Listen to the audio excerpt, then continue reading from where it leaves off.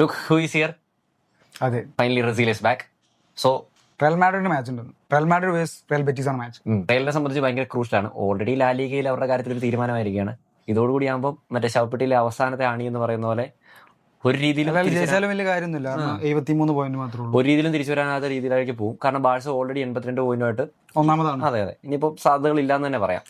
ബാസുകൾ തന്നെയാണ്. അതെ അതെ, എന്നീ ജേഴ്സി ഇടാൻ വേറൊരു കാരണമുണ്ട്. കേരള ബ്ലാസ്റ്റേഴ്സ് എന്താണ് ഈ കാട്ടിക്കൂട്ടുന്നത്? അതെ, കഴിഞ്ഞ 2 മത്സരങ്ങളായിട്ട് ബ്ലാസ്റ്റേഴ്സ് ജയിച്ചു. അതും ക്വാളിറ്റി ഗെയിം, കിടിലൻ ഗെയിം ആയിരുന്നു. നല്ല ഒരു രക്ഷയില്ലാത്ത ആദ്യം ബ്ലാസ്റ്റേഴ്സ് ഒന്ന് അടിക്കുന്നു, പിന്നെ ഫസ്റ്റ് ഹാഫിലും തിരിച്ചു വാങ്ങുന്നു, പിന്നെ സെക്കൻഡ് ഹാഫിൽ ഇഞ്ചുറി ടൈമിൽ 2 ഗോൾ അടിക്കുന്നു. അതിലൊന്ന് ഓഫ് ആയി പോയി. അതെ, ഒരെണ്ണം ഗോൾ ഓഫ് സൈഡ്. പക്ഷെ നല്ല കളിയാണ്, ക്വാളിറ്റി ഗെയിമാണ് ഇപ്പൊ കാഴ്ചവെക്കുന്നത്. ഇപ്പൊ ഫാൻസ് കാണാൻ വരാതായപ്പോൾ ഇവരുടെ കളി ഇമ്പ്രൂവ് ആയത് ഭയങ്കരമായിട്ട് കാണാനുണ്ട്. മഞ്ഞപ്പട എന്ന് പറയുന്നത് അവിടെ മാനേജ്മെന്റിനെതിരെയാണ് വാക്കുകൾ പറയുന്നത്, അല്ലാതെ ക്ലബിനെതിരെയല്ല, അല്ലെങ്കിൽ പ്ലേയേഴ്സിനെതിരെയല്ല. അതാദ്യം എല്ലാവരും ഒന്ന് മനസ്സിലാക്കണം.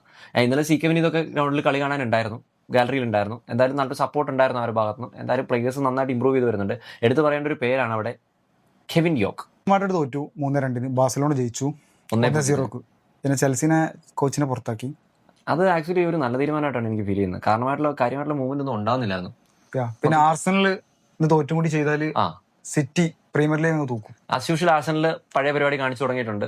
അവസാന സമയത്ത് കൊണ്ട് കല ഉടയ്ക്കുന്ന പരിപാടിയാണ് ഇപ്പോൾ ആർസണൽ കാണിച്ചുകൊണ്ടിരിക്കുന്നത്. സിറ്റിയെ സംബന്ധിച്ച് ഒരു വിൻ ഉണ്ടെങ്കിൽ ഏകദേശം 70 പോയിന്റിലാണ്.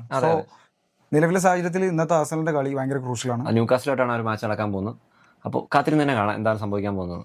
ആർസണൽ ഫാൻസിനോട് എനിക്ക് ഭയങ്കര സഹതാപമുണ്ട്. കാരണം അത്ര പോയിന്റ് ഉണ്ട്. അതെ, കടന്ന ടീമാ. അവസാനം കൊണ്ട് ബോട്ടിൽ എന്നുള്ള കാര്യത്തിൽ സംശയമൊന്നുമില്ല. അത് ആർസണൽ ഫാൻസിന് തന്നെ അറിയാവുന്ന ഒരു കാര്യമാണ്. എന്തായാലും കാത്തിരുന്ന് തന്നെ കാണാം.